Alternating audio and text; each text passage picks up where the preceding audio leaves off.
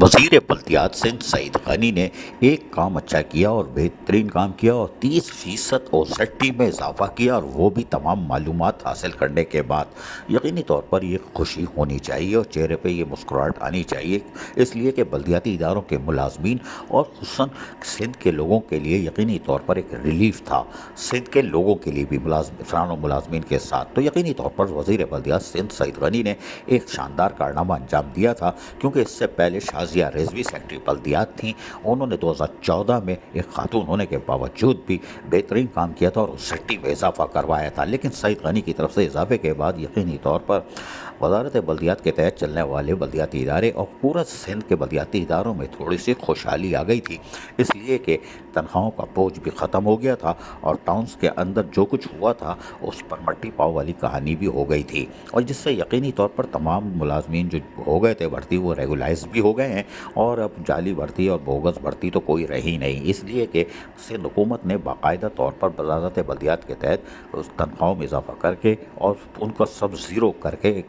Towns की सतह पर बचा लिया गया है। लेकिन मुलाजमीन खुश थे कि यकीनी तौर पर उनकी तनख्वाहों में भी इजाफा हुआ है और बर वक्त तनख्वाह मिलने जा रही है, जबकि टाउन की सतह पर अब लोगों को भी, यानी कि chairman, vice chairman, municipal commissioner, इनको फ़ायदा हुआ अफसरान को कि वो अवामी खिदमत के काम भी कर सकते हैं, और यकीनी तौर पर जो भी टाउन्स चेयरमैन हैं उनको थोड़ा सा रिलीफ मिला। ओसेटी के साथ साथ उनकी जो इजाफा हुआ है उसके साथ साथ ओन रिसोर्सेज, जी हाँ, जो टाउन की अपनी जिम्मेदारी है वो भी हासिल कर रहे हैं, जिससे वो अवामी खिदमत के काम अंजाम दे रहे हैं। यकीनी तौर पर लोगों को जो बल्दियाती सहूलतें मिल रही हैं उसमें चेयरमैन हो या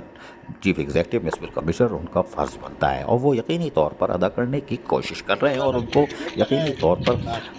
एक आसानी मिल गई है ओसेटी शेयर में इजाफे के बाद, और उससे यकीनी तौर पर अब लोगों को रिलीफ मिल रहा है। लेकिन होता ये है कि प्रॉपर्टी टैक्स का भी मुतालबा किया जा रहा है, इसलिए कि प्रॉपर्टी टैक्स में इजाफा होगा तो यकीनी तौर पर आमदनी में इजाफा होगा और लोगों को सहूलतें मिलेंगी, क्योंकि लोगों ने 80 गज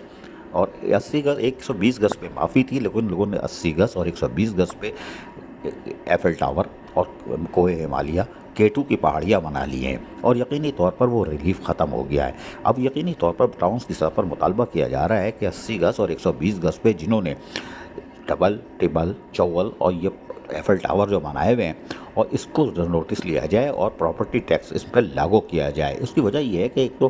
प्लाजे बन चुके हैं और वो फिर टैक्स से इस्तिस्ना भी हैं, लेकिन यहाँ से आमदनी भी हासिल कर रहे हैं। दिलचस्प बात यह है कि इन बड़े बड़े जो टावर्स बने हुए हैं, यानी 80 गज और 120 गज पे, उससे यकीनी तौर पर वो फिर मोबाइल टावर और ये सब लगवा कर वहाँ से आमदनी भी हासिल कर रहे हैं। जी हाँ, मोबाइल टावर भी बड़ी बड़ी इन 80 गज 120 गज के प्लाजों के ऊपर लगे हुए हैं, जो गली महलों की सतह पर अब आबादी में इजाफा भी हो रहा है, जिसकी वजह से ये प्रॉपर्टी टैक्स अब यहाँ से भी वसूल करने का टाउन्स की तरफ से मुतालबा किया जा रहा है, जिससे यकीनी तौर पर Baldia town, Mominabad town, Orangi town, Korangi town और इस तरह के दीगर टाउन जो हैं,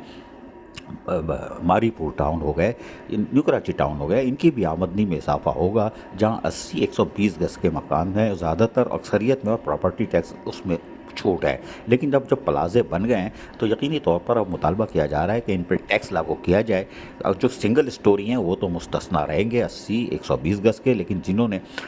एफएल टावर और ये कोहे हिमालय और कोई केटू की पहाड़ियाँ बना ली हैं, इसके ऊपर अब टैक्स लगाया जाए, ये मुतालबा। और सिंध हुकूमत भी शायद इस तरफ चली जाए, क्योंकि बल्दियाती इदारों को अगर ये प्रॉपर्टी टैक्स मिल जाता है 1% के अलावा, जो तो आ ही रहा है, लेकिन प्रॉपर्टी टैक्स जो आएगा इससे यकीनी तौर पर ये सहूलियात की फराहमी को यकीनी बनाएंगे और कराची की तरक्की में एक नया सफ़र का आगाज़ होगा, और इस हमें उम्मीद है और ज़राए बता रहे हैं जल्द इजाफे का इम्कान भी है प्रॉपर्टी टैक्स में। अजीज़ आरिफ, KBS बल्दियाती न्यूज़, कराची।